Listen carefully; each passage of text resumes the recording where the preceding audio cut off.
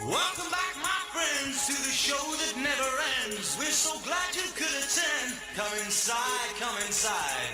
There behind the glass stands a real blade of grass. Be careful as you pass. Move along, move along. Come inside, the show's about to start. Guaranteed to blow your head apart.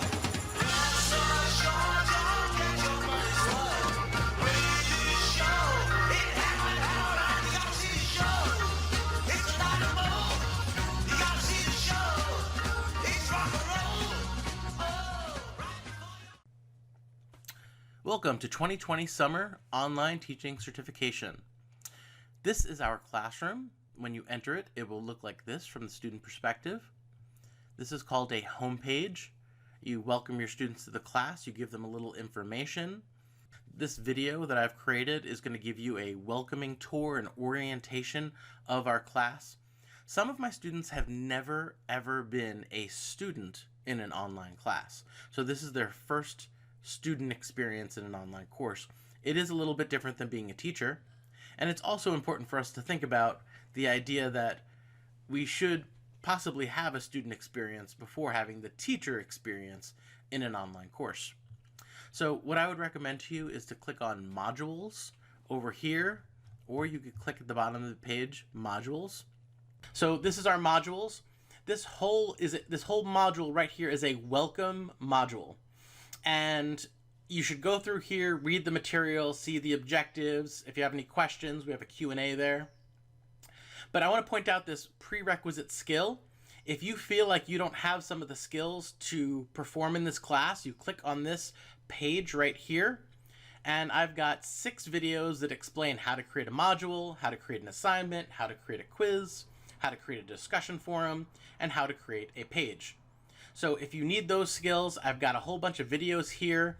There's also PDFs that take you step by step through the process. You can check out those prerequisite skills. Let's go back to our modules. And we're going to look at our first module. There's a lot to read in an online course. We don't have a textbook, but you do have to read all of this material. You've got something with a due date and points. So you definitely want to do that. This is a discussion. You click on a discussion. You read the directions for the discussion. There's a video here to help you if you need some help.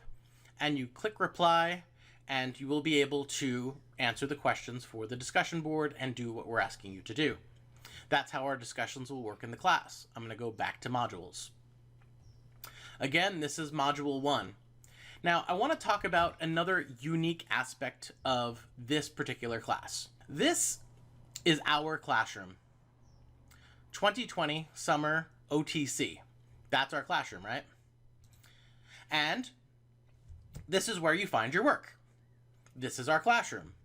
So let's zoom out for a second and say we have a classroom that we share with all of our students. How many students do we have this semester? I think we have about 30 students. And what I want to point out to you is that each student has their own classroom. It's called a sandbox. I am enrolled in 30 sandboxes. So let's pretend this is my sandbox. You received an invitation to 2020 Summer OTC Sandbox. When you open it, it will be empty. And the idea here is that I'm going to ask you to do work. I'm going to ask you to create a discussion forum. I'm going to ask you to create an assignment, to create a syllabus, and you put that all in your sandbox. At the end of the semester, you should have 3 modules, a syllabus, you should have support modules, you should have a ton of material in your sandbox showing us that you know how to create a good online learning environment. But there's a huge problem. I'm going to go back to my classroom now. So this is one of those assignments. This is your first assignment, assessing and checking your course shell and setting up your homepage. So this is where the class really takes a major left turn compared to other online courses. Why? Because you need to leave the classroom in order to do this work. You need to go to your class, your sandbox that's empty, and you have to start building your class. The overall class that you're in is designed for you to design a class. And if you do all of the assignments in this class, at the end of the course, you should have, I would say, 25% of an online class built if you just do all of the work. So what we're going to do is we are going to leave the classroom, and I want to show you how I leave the classroom. I'm going to click on Courses, and I'm going to right-click and say Open New Tab. That new tab is opening. I'm going to click on it. This is a list of courses that I'm involved in, and I'm going to go to this one at the bottom, 2020 Danza Sandbox. Why? Because all of you have sandboxes, and I want to show you what the sandbox looks like. Yours will be empty. Mine is very full. So I click on the sandbox, and I go to it. So your sandbox will be empty, but you should create a homepage. This is my homepage. Welcome to Sociology 1. My name is Mike Danza. Please call me Mike. And then I talk about myself. You need to do the same thing for one of your classes. If you teach nursing, make a homepage for a nursing course. If you're a historian, make a homepage for your History 10 class or whatever it is. If you're a math teacher, make a homepage for one of your math classes. You should be building things that you can actually use. So I create my homepage, and when I'm done, you have to tell me, the instructor of the online class, that you've completed the task. So I'm going to go back to the other tab, go back to our classroom, and say assessing and checking in on your course shell and setting up your homepage. Set up the front page. I'm going to do that. Okay, I'm going to publish my class. Let me check, is my class published? Yes, my class is published. Okay, I'm in good shape. Select to add some content. I did that. I made it a front page. I'm good there. When I am ready for my sandbox to be evaluated, please tell me what assignment you've completed. Post it in the discussion forum. So what I'm going to do is I'm going to copy and paste this. Oh, I missed something. Copy and paste this. And I'm going to go down here, click on Post in the discussion forum, and I'm going to click Reply and say, hey, Mike. I'm going to paste it and say, I completed 1.3 assessing and checking your course shell and setting up your homepage, front page. Please evaluate my work. I'm going to make this normal sized, I think, because there we go. I have 30 students. If anyone does work in their sandbox, I have no way of knowing whether it was done or whether it wasn't done. I do not go into your sandbox unless you invite me to go in there to look at a particular assignment. This becomes a problem because you might do work in your sandbox that needs remediation. You might think, I'm good, I've done my work, I've posted it into my sandbox, I'm going to get an A. But let's say you didn't do it right. I need to go into your sandbox, tell you how to fix it so you can get that passing grade on that particular assignment. And sometimes students in this class do not post in the discussion board. They don't tell me they're doing their assignments. And at the end of the semester, they say, hey, I completed the whole course. I'm good to go, right? And the dean of instruction and I look at their sandbox and say, no, they're doing things the wrong way. And they needed to fix what they were doing, but they need that remediation. So what I'm telling you is, do your work, go into the discussion board, tell me you've done the work, I'll give you feedback on your work, and then you can fix it and get your passing grade.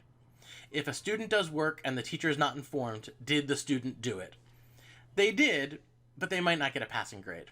So the other thing I want to talk about briefly was, I'm going to go back to modules, is that many of you have already created online courses, or at least half of an online course. So there is no problem with you going into your sandbox and bringing in work you've already done in your life into your sandbox. When I took this course, I went to one of my online sociology classes, because I had been teaching online for years, and I imported it into my sandbox, and I basically told the person teaching this course, Christy Blaukamp, I said, hey, Christy, I did assignment A 1.3, assessing and checking my course shell. And then I went down and I said to Christy, hey, Christy, I added an image. Hey, Christy, I set up my homepage. All of these assignments that you have to do, I told Christy I was doing them. Some of them I was doing wrong. And I imported work into my class that needed to be fixed. And Christy helped me fix it. She helped me make it ADA compliant. She helped me follow best practices. She helped me become a better teacher, and I really appreciate her for it. So feel free to bring in work that you've already done in previous online courses. Feel free to bring in publisher's material. But you still have to do work. There will be other work involved. Generally, it's fixing or adjusting how you do things. So you do not have to create a course from scratch. That's not what you have to do. You can if you want to.